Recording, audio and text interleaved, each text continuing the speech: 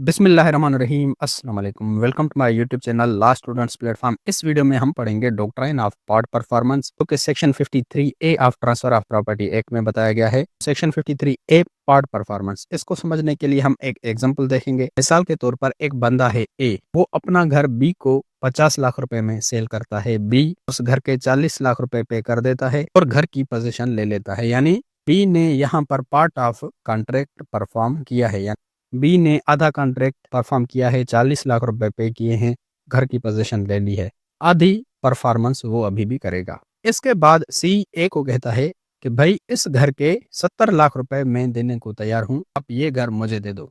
तो यहाँ ए सिर्फ इस ग्राउंड पे बी ने अभी भी आधा कॉन्ट्रैक्ट परफॉर्म किया है और आधा कॉन्ट्रैक्ट परफॉर्म नहीं किया। सिर्फ इस बुनियाद पे बी के राइट को रिजेक्ट नहीं कर सकता और ये घर सी को सेल नहीं कर सकता। डॉक्ट्राइन ऑफ पार्ट परफॉर्मेंस को अप्लाई करने के लिए एसेंशियल एलिमेंट्स कौन से हैं? तो फर्स्ट है कि इमूवेबल प्रॉपर्टी को ट्रांसफर करने का रिटन कॉन्ट्रैक्ट होना चाहिए, जिसको ट्रांसफरर यानी सेलर या उसके रिप्रेजेंटेटिव ने साइन किया हुआ हो कि हाँ मैं ये इमूवेबल प्रॉपर्टी ट्रांसफर कर रहा हूँ। सेकंड है कि जो ट्रांसफरी है प्रॉपर्टी खरीद रहा है, उसने उस प्रॉपर्टी की पोजीशन गेन की हुई हो, फुली भी हो सकती है, पार्शली भी, या फिर अगर वो ऑलरेडी पोजीशन में था पोजीशन कंटिन्यू करे। यानी अगर वो उस जगह में रेंट पे रहता था और वही जगह उसने खरीद ली, ऑलरेडी पोजीशन में था, तो पोजीशन कंटिन्यू करेगा।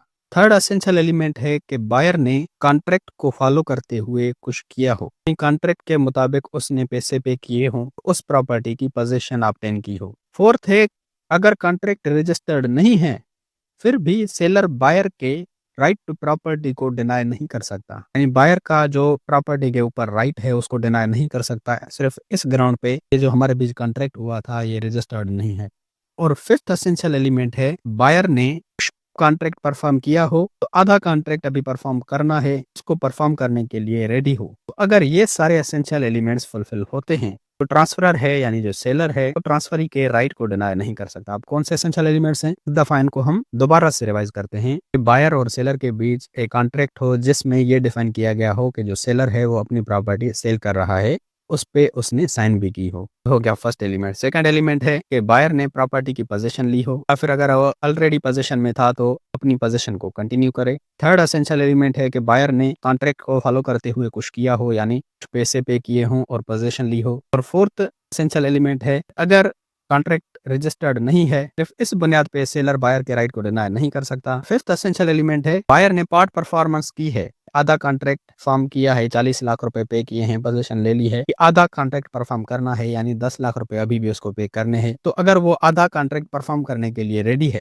तो अगर ये वाले एसेंशियल एलिमेंट्स फुलफिल होते हैं तो जो सेलर है वो बायर के राइट्स को डिनाई नहीं कर सकता। तो doctrine of part performance simply ये कहता है कि अगर बायर ने पार्ट ऑफ कॉन्ट्रैक्ट परफॉर्म किया हुआ है और पार्ट ऑफ कॉन्ट्रैक्ट अभी परफॉर्म करेगा, परफॉर्म करने के लिए रेडी है, वो डिनाई भी नहीं कर रहा कि मैं पार्ट ऑफ कॉन्ट्रैक्ट परफॉर्म नहीं करूंगा, तो सेलर बायर के राइट को डिनाई नहीं कर सकेगा। तो doctrine of part performance apply भी तब होगा जब ये वाले सारे एसेंशियल एलिमेंट्स फुलफिल हो रहे हैं। सेक्शन 53 बायर की पोजीशन को प्रोटेक्ट करता है अगर बायर ने पार्ट परफॉर्मेंस की हो। अब जो सेलर है वो अभी भी उस प्रॉपर्टी का रियल ओनर माना जाएगा जब तक कंप्लीट ओनरशिप रजिस्टर्ड डीड के जरिए ट्रांसफर नहीं हो जाती। जब तक कंप्लीट कॉन्ट्रैक्ट बायर फुलफिल नहीं करता, तो ये जो सेल है ये रजिस्टर्ड नहीं हो जाती, तब तक सेलर को ही उस प्रॉपर्टी का रियल ओनर माना जाएगा। प्रोवाइजो में कहता है कि ये सेक्शन सेकंड ट्रांसफरी के राइट्स को अफेक्ट नहीं करेगा अगर उसको पार्ट परफॉर्मेंस के बारे में नहीं पता था और उसने गुड फेथ में एक्ट किया और उसने प्रॉपर्टी की प्राइस पे की हुई हो।